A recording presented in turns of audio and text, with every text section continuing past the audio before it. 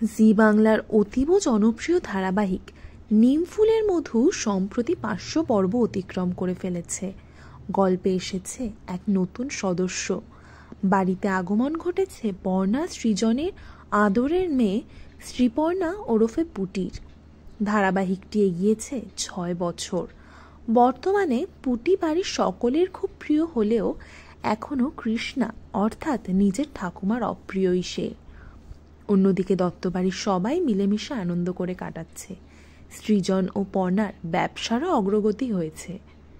ইতিমধ্যে পর্ণার পুরনো শত্রু ঈশা তার প্রেমিক রনিকে প্রতারিত করে রনির বাবাকে বিয়ে করে ইলেকশনের টিকিট পাওয়ার লোভে বিয়ের পর জননেতা সুকুমার হালদার রনিকে ত্যায্যপুত্র করেন।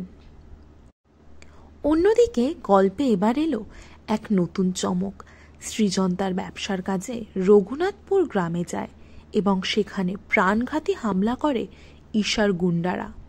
তা থেকে বাঁচাতে দেখা যায় গ্রামের একটি মেয়েকে, যার নাম সুইটি পাল। সুইটি খুব দুষ্টু এবং লোভী মেয়ে।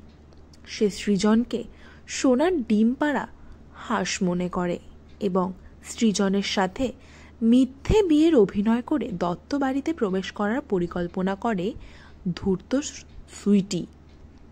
সে খুব শান্ত মাথায় পরিকল্পনা করে সৃজনকে ফাঁসানোর জন্য। কে এই সুইটি? পর্ণা কি পারবে সুইটির আসল রূপ সবার সামনে বের করে আনতে, সৃজনের পাশে দাঁড়াতে?